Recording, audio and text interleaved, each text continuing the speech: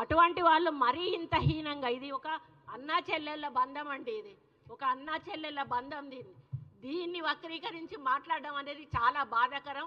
నేను జీర్ణించుకోలేకపోతా ఉన్నాను. దయచేసి ఈ విషయాన్ని కేసీఆర్ గారి భార్యను అడుగుతా ఉన్నాను, అమ్మ శోభమ్మ ఇది కరెక్టేనా?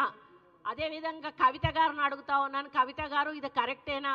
అదేవిధంగా కేటీఆర్ గారి భార్యను కూడా అడుగుతా ఉన్నాను, అమ్మ ఇది కరెక్టేనా, మీకు కరెక్టే అనిపిస్తూ ఉందా? రాష్ట్రంలో ఉన్నటువంటి మహిళలందరినీ కూడా అడుగుతా ఉన్నాను, ఇది కరెక్టేనా?